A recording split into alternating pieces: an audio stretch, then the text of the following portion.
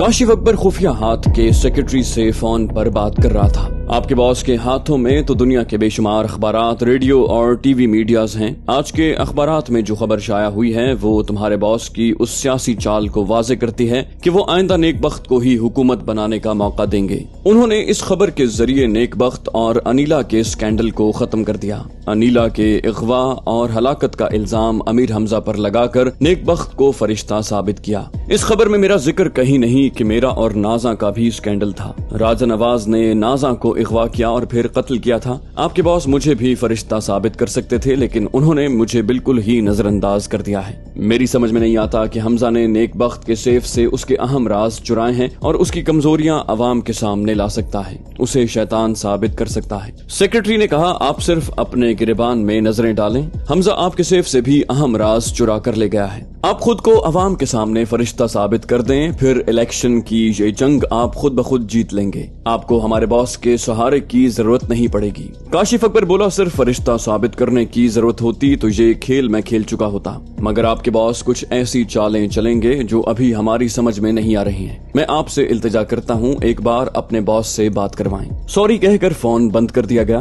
दुर्दाना बेगम phone के loud speaker से दूसरी तरफ की बातें सुन रही थी। मायूस होकर बोली, अब क्या होगा काशिफ? सुबह सिंध में हमारी पोजीशन मजबूत थी, लेकिन रहमान चन्ना की हलाकत के बाद हम यहाँ भी कमजोर पड़ रहे हैं। फिर वो काशिफ अकबर को गुस्से से देखते हुए बोली, तुम्हारी हवस परस्ती हमें डुबो रही है। न तुम नाजा को हासिल करने की जिद करते और न राजा नवाज हमारा दुश्मन बनकर हमारी पोजीशन को कमजोर करता। काशिफ अकबर बोला, मुझे क्या मालूम था कि वो इतना जबरदस्त होगा। हमारे सामने एक आम सा यूनिवर्सिटी का स्टूडेंट बनकर आया था। अगर मालूम होता कि वो दलेर और चालबाज है तो मैं बड़ी से बड़ी कीमत पर उसे खरीद लेता। चलो अच्छा हुआ बम धमाके में मर गया है, एक दिन उसका यही अंजाम होना था। फोन की घंटी बजी। काशिफ अकबर ने रिसीवर उठाकर पूछा, हेलो कौन? राजा नवाज ने कहा, मैंने तुम्हारी आवाज पहचान ली है। अगर मुझे मुर्दा न समझो तो मेरी भी आवाज पहचान लो। वो हैरानी से बोला, ये तो राजा नवाज की आवाज है। तुम कहते हो मैं मुर्दा न समझूं? क्या तुम जिंदा हो? अगर जिंदा हो तो तमाम अखबारात में इतनी बड़ी खबर कैसे शाया हुई? राजा बोला, खुफिया हाथ मुझे अमीर हमजा के मुकाबले में नेकबख्त की हिफाजत के लिए मेरी खिदमत हासिल करना चाहता था। उसे ये बात मालूम हो गई थी कि मैंने हमजा की खुफिया रिहाइश गाह से वो तमाम अहम राज चुरा लिए हैं जो उसने नेकबख्त और तुम्हारे सेफ से चुराए थे। दुर्दाना और काशिफ अकबर ने चौंक कर एक दूसरे की तरफ देखा। फिर काशिफ अकबर ने पूछा, क्या तुम वाकई वो राज चुरा कर लाए हो, यानी कि हमारे भी? राजा ने कहा, मैं किसी भी वक्त अपनी सच्चाई साबित कर सकता हूँ। इस खुफिया हाथ ने नेकबख्त को बदनामी से बचाने के लिए मुझे एक लड़की टीना के जरिए फांसा। मैं टीना को खोखरा पार वाली रिहाइश गाह में ले गया। उन्होंने समझा कि वो तमाम राज इसी खुफिया रिहाइश गाह में होंगे। टीना ने आधी रात के बाद मुझे गहरी नींद में देखकर मेरे घर की तलाशी नहीं ली। उसे समझाया गया था कि वो तमाम राज वहाँ तलाश करेगी तो मैं नींद से जाग सकता हूँ, लिहाजा मुझे इन तमाम राजों समेत हलाक कर दिया जाए। उसने यही किया। इस मकान में एक टाइम बम रख कर चली गई। मेरी वो खुफिया रिहाइश गाह बम धमाके से तबाह हो गई। काशिफ अकबर ने पूछा, तुम कैसे बच गए? राजा ने कहा, टीना नहीं जानती थी कि मुझे एक वारदात के लिए आधी रात के बाद कहीं जाना है। मेरे कमरे का दरवाजा अंदर से बंद था। मैं रोशनदान के रास्ते बाहर चला गया। बेचारा मेरा एक मुलाजिम अपने कमरे में सो रहा था। टीना ने समझा होगा कि वो मुलाजिम घर का काम करके अपने घर चला गया है। बम धमाके के बाद मुलाजिम के जिस्म के टुकड़े मिले। दुश्मन यही समझ रहा है कि मैं हलाक हो चुका हूँ। काशिफ बोला, इन तमाम राजों का क्या होगा? राजा ने कहा, मैं इतना नादान तो नहीं हूँ कि अय्याशी के लिए टीना को अपने खास खुफिया अड्डे में ले जाता। नेकबख्त और खुफिया हाथ खुश हैं कि मैं इन तमाम राजों के साथ फना हो चुका हूँ। काशिफ अकबर ने पूछा, राजा क्या तुम पुरानी दुश्मनी भूल सकते हो? वो बोला, मैंने भूलने के लिए ही फोन किया है, लेकिन इस शर्त पर कि तुम्हारी कमजोरियां यानी कि वो तमाम राज मेरे पास रहेंगे। जब तक हमारी दोस्ती रहेगी और जब तक तुम कोई धोखा नहीं दोगे, मैं वो राज कभी मंजर आम पर नहीं लाऊंगा। काशिफ ने कहा, तो फिर दोस्ती न हुई। तुम उन राजों के जरिए मुझे ब्लैकमेल करते हुए मुझसे अपने कुछ मफादात हासिल करते रहोगे। राजा ने कहा, तुम इसे ब्लैकमेलिंग कह सकते हो।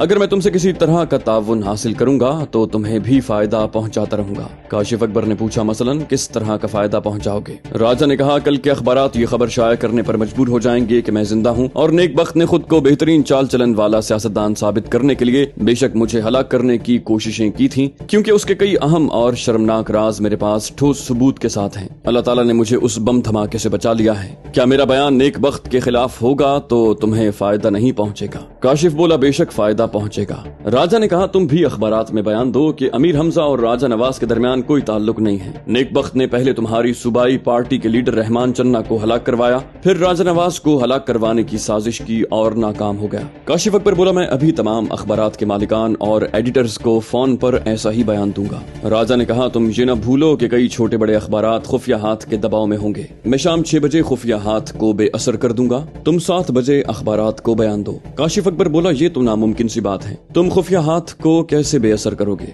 राजा ने कहा, मैं अपना तरीका कार किसी को नहीं बताता। तुम नेक बख्त को उसके मौजूदा मकाम से गिराना चाहते हो तो वही करो जो मैं कह रहा हूँ। काशिफ अकबर बोला, ठीक है, मैं आज 7 बजे अखबारात को बयान दूंगा, तुमसे और कुछ जरूरी बातें करना चाहता हूँ। राजा ने कहा, मैं कल किसी वक्त राब्ता करूंगा, दैट्स ऑल। राजा ने फोन बंद कर दिया। हमजा ने गॉडफादर हाशिम से दोबारा राब्ता करके कहा, हमने एक प्लानिंग की है, तुमसे शाम 6 बजे मुलाकात में तफसीली गुफ्तगू होगी, लेकिन फौरी तौर पर तुम्हारे ताउन की जरूरत है। हाशिम ने कहा, मैं हर तरह का ताउन करूंगा, बोलो क्या चाहते हो? हमजा ने कहा, मैं अखबारात में राजा नवाज का बयान उसकी तस्वीर के साथ शाया करवाना चाहता हूँ। कई अखबारात खुफिया हाथ के ज़ेरे असर हैं, वो राजा का बयान शाया नहीं करेंगे। क्या तुम ऐसे अखबारात को बयान शाया करने पर मजबूर कर सकोगे? हाशिम ने कहा, ये कोई मसला नहीं है, तुम राजा का बयान अभी फोन पर सुनाओ, मैं उसे रिकॉर्ड कर रहा हूँ। जो अखबारात खुफिया हाथ के ज़ेरे असर हैं उनके नाम भी बता दो। हमजा ने राजा की तरफ से एक बयान रिकॉर्ड करवाया, चंद अखबारात के नाम भी बताए। हाशिम ने कहा, इत्मीनान रखो, ये बयान हर अखबार के पहले सफे पर शाया होगा। अगर तुम मुनासिब समझोगे तो आज शाम मुलाकात न करें। पहले कल के तमाम अखबारात में राजा का बयान तस्वीरों के साथ देख कर ये यकीन कर लो कि मैं अपने तरीक़ाकार से किस तरह खुफिया हाथ के मुकाबले में तुम्हारे कदम जमाऊंगा।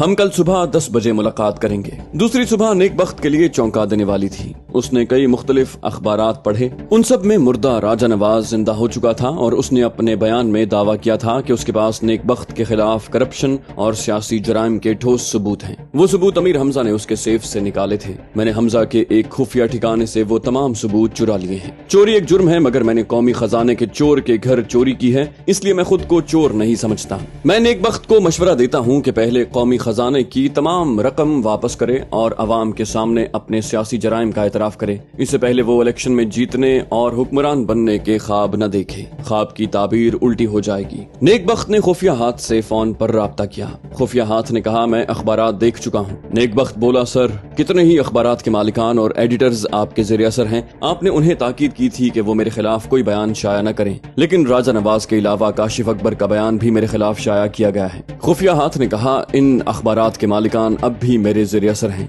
मैंने उन्हें फोन करके पूछा था कि मेरी मर्जी के खिलाफ उन्होंने ऐसा क्यों किया। उन सब का बयान है कि पिछली रात जब अखबार का पहला सफा तैयार किया जा रहा था, तब नामालूम अफराद ने गन पॉइंट पर इन बयानात को छापने पर मजबूर कर दिया था और वहां से जाते हुए धमकियां दी थी कि आइंदा वो फोन पर जो कहेंगे वही उन्हें करना होगा। वो दूसरी बार उनके दफातर नहीं आएंगे, बल्कि उन मालिकान और एडिटर्स के बीवियों और बच्चों को कत्ल कर देंगे, उनकी आलीशान कोठियों में बम धमाके करवाएंगे। नेक बख्त ने कहा, ताज्जुब है, आपने अपनी हिकमत अमली से अमीर हमजा को तनहा कर दिया था। उसके जितने जांबाज आर्मी से रिटायर्ड हो चुके थे और दरपर्दा उसके लिए काम कर रहे थे, उन्हें दोबारा मुलाजमत दे दी गई थी। वो अपने कैंप से बाहर नहीं जाते हैं। फिर कराची, लाहौर और इस्लामाबाद के अखबारी दफ्तरों में बेहिसाब नामालूम गनमैन कहां से आ जाते हैं। खुफिया हाथ ने कहा, अभी तो यही बात समझ में आती है कि अमीर हमजा ने खुफिया फौज बना रखी है। मैं उन्हें फौजी नहीं दहशतगर्द कहूंगा, लेकिन वो क्या इतना दौलतमंद है कि इन बेशुमार दहशतगर्दों के अखराजात बर्दाश्त कर रहा है, या उसकी पुश्त पर कोई बहुत दौलतमंद और बड़े वसी ज़राए का मालिक है। हमारी तमाम खुफिया एजेंसियां अमीर हमजा को तलाश कर रही हैं। उसे ढूंढ निकालने के बाद ही मालूम किया जा सकता है कि वो दौलत और ज़राए कहां से पैदा कर रहा है। नेक बख्त ने कहा, आपकी एक एजेंसी से भेजी हुई टीना अहमक साबित हुई है। उसने पता नहीं उस मकान को ब्लास्ट करके किस आदमी को मार डाला है और हमें यकीन दिलाया कि राजा नवाज को हलाक कर चुकी है। खुफिया हाथ ने कहा, टीना बहुत चालाक है।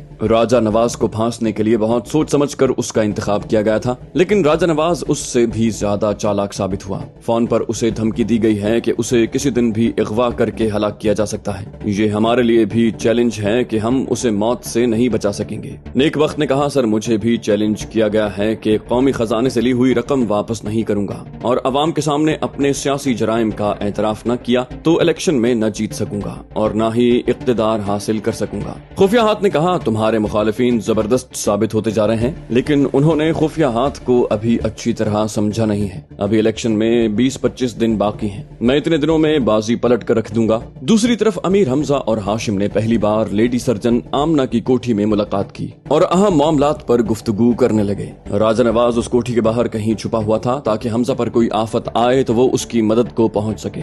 گاڈ فادر ہاشم قابل اعتماد تھا، اس کے باوجود وہ دونوں احتیاطی تدابیر پر عمل کرنے کے عادی تھے۔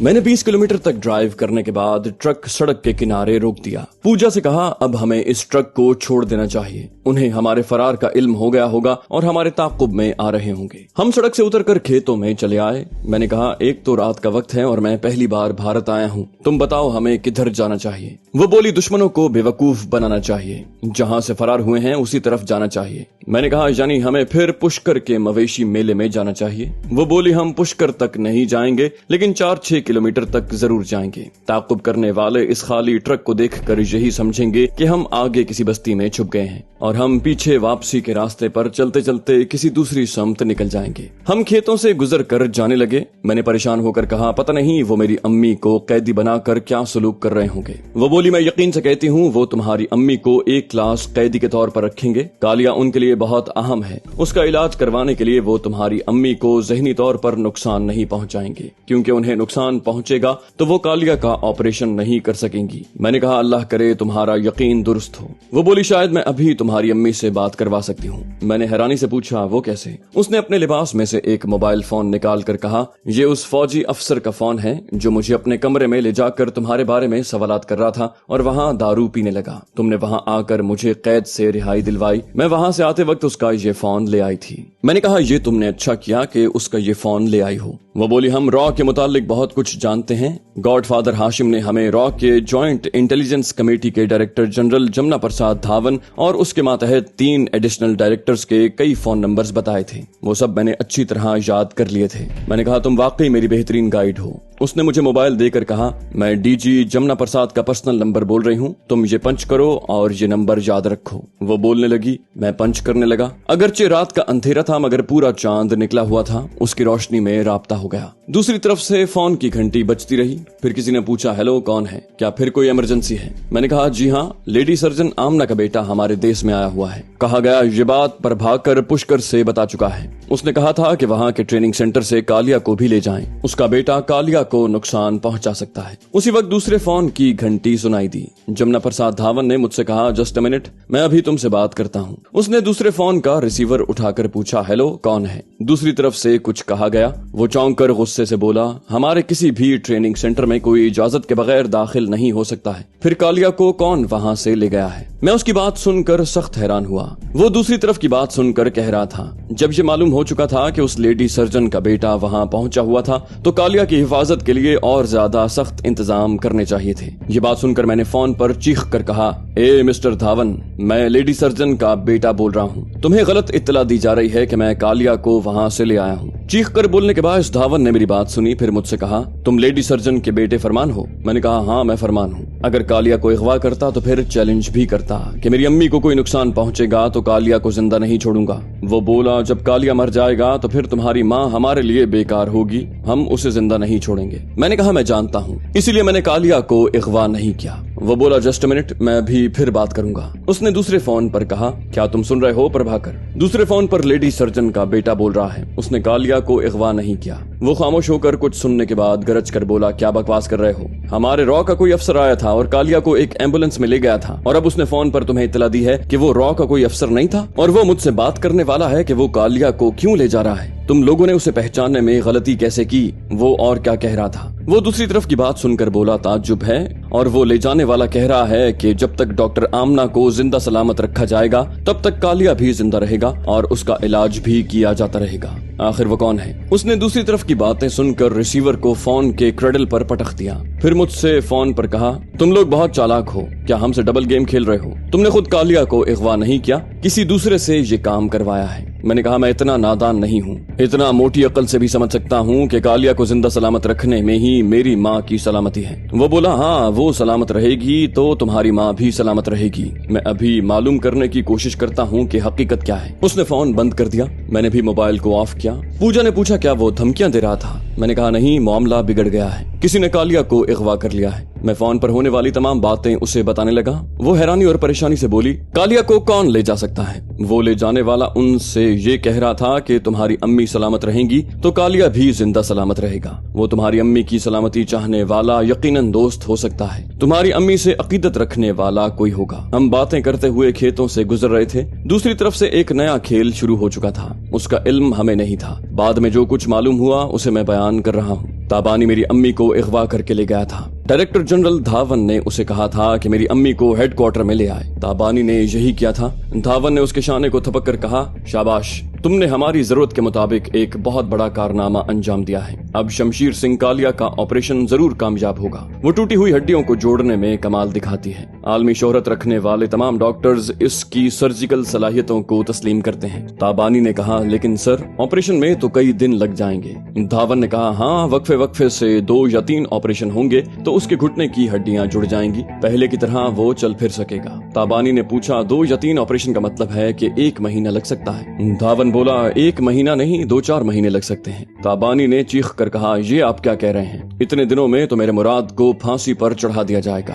डीजी धावन बोला, फिक्र न करो, वहाँ हमारे आदमी मुराद को जेल से निकाल लाने की कोशिशें कर रहे हैं। ताबानी बोला, वो कोशिशों में नाकाम हो सकते हैं, लेकिन डॉक्टर आमना पाकिस्तान की इतनी बड़ी शख्सियत है कि हुकूमत पाकिस्तान मुराद को हमारे हवाले करके डॉक्टर आमना को वापस लेना चाहेगी। आपने फोन पर मुझसे वादा किया था कि डॉक्टर आमना को ले आऊंगा तो उसका मुराद से तबादला किया जाएगा। डीजी धावन बोला, मैं फोन पर ऐसा न कहता तो तुम डॉक्टर आमना को अगवा करने का इतना बड़ा कारनामा कभी न करते। तुम सिर्फ अपने होने वाले बच्चे के बाप को रिहाई दिलाना चाहते हो, लेकिन रॉ तंजीम में शुरू ही से जहन नशीन करवा दिया जाता है कि तंजीम के मकासद को पूरा करने के लिए अपने प्यारों की कुर्बानी से भी दरेग नहीं करेंगे। ताबानी बोला, मैं जानता हूँ कालिया हमारी तंजीम के लिए बड़े अहम काम करता है। मैं वादा करता हूँ अगर डॉक्टर आमना से मुराद का तबादला करेंगे तो मैं और मुराद उस कालिये से भी ज्यादा कारनामे अंजाम देंगे। डीजी धावन बोला, जब तुम पैदा नहीं हुए थे तब से कालिया हमारी तंजीम का वफादार है। तुम और मुराद कारनामे अंजाम दोगे तो वो तुम्हारी वफादारियां होंगी, लेकिन उसके बदले कालिया की वफादारियों को नहीं भुलाया जा सकता। उसका कामयाब ऑपरेशन सिर्फ लेडी सर्जन आमना कर सकती है, इसीलिए हमने तुम्हारे जरिए उसे अगवा करवाया है। ताबानी ने कहा, यानी मुझे धोखा दिया गया है, मेरे मुराद को वहाँ सजाए मौत पाने के लिए छोड़ दिया गया है। डीजी धावन बोला, मुझसे बहस न करो, तुम जानते हो कि मैं एक ही तुम्हारा राजदार हूँ। मैंने आज तक किसी को नहीं बताया कि तुम औरत बन चुके हो, लेकिन ये राज कब तक रहेगा? तुम्हारा पेट फूलेगा तो भेद खुल जाएगा। ताबानी बोला, मैं कहीं दूर किसी पहाड़ी इलाके में जाऊंगी, फिर जचगी होने के बाद वापस आऊंगी, मगर प्लीज आपने मेरे लिए बहुत कुछ किया है, बस मेरा ये काम कर दें, मेरे मुराद को यहाँ जिंदा आने दें। डीजी धावन बोला, हम हुकूमत पाकिस्तान से सौदा करेंगे कि वो डॉक्टर आमना को जिंदा सलामत चाहते हैं तो मुराद को सजाए मौत न दें, उसे जेल की एक क्लास में रखें। हम 3 या 4 माह के बाद डॉक्टर आमना से मुराद का तबादला करेंगे। ताबानी अंदर से तपरा था। ये उसे मंजूर नहीं था कि उसका मुराद 3-4 माह तक उससे दूर रहे, लेकिन उसने डीजी जमुना प्रसाद धावन से बहस न की। बड़े सब्र तहम्मुल से बोला, ठीक है, आप मेरी जचगी होने तक मुझे छुट्टी पर जाने दें। मुझे उम्मीद है आप जल्द से जल्द कालिया का ऑपरेशन करवा के डॉक्टर आमना को फारिग कर देंगे। वो बोला, जरूर यही करूंगा, तुम छुट्टी पर जा सकते हो। ताबानी उस कैंप के एक क्वार्टर में आराम करने के लिए आ गया। उस रात कैंप के क्लब में वो गया, वहाँ नाच गाना हो रहा था। एक एडिशनल डायरेक्टर शराब पीकर मस्त हो रहा था। ताबानी को देखकर बोला, यार यहाँ आओ, तुमने तो कमाल ही कर दिया। ताबानी उसके पास एक कुर्सी पर बैठ गया। उसने पूछा, क्या पियोगे? ताबानी ने कहा, तुम जानते हो मैं कभी नहीं पीता। डायरेक्टर बोला, मगर तुम्हारा दोस्त मुराद पीता था। यार मैंने सुना है तुम मुराद को रिहाई दिलाने और भारत में लाने के लिए इतनी बड़ी डॉक्टर को अगवा करके लाए हो। मैंने डॉक्टर आमना को देखा है, बेचारी की मौत उसे यहाँ ले आई है। ताबानी ने कहा, ज्यादा न पिया करो, फजूल बकवास करते रहते हो। वो बोला, मैं नशे में नहीं हूँ, अकल की बात कर रहा हूँ। डॉक्टर आमना आलमी शोहरत रखती है, क्या भारतीय हुकूमत इतनी बड़ी शख्सियत को अगवा करने का इल्जाम अपने सर लेगी? कभी नहीं, तुम देख लेना, कालिया का ऑपरेशन कामयाब होने के बाद डॉक्टर आमना को खत्म कर दिया जाएगा और उसकी लाश गायब कर दी जाएगी। ताबानी उसे घूर कर देख रहा था। उसके दिमाग में आंधी सी चलने लगी। वो इस पहलू को भूल गया था कि आलमी शोहरत रखने वाली किसी भी हस्ती को अगवा करवाने वाली कोई भी हुकूमत तस्लीम नहीं करती कि ये जुर्म उसने किया है। इल्जाम से बचने के लिए अगवा की हुई हस्ती को राजदारी से कत्ल कर दिया जाता है। उस रात से ताबानी की नींद उड़ गई।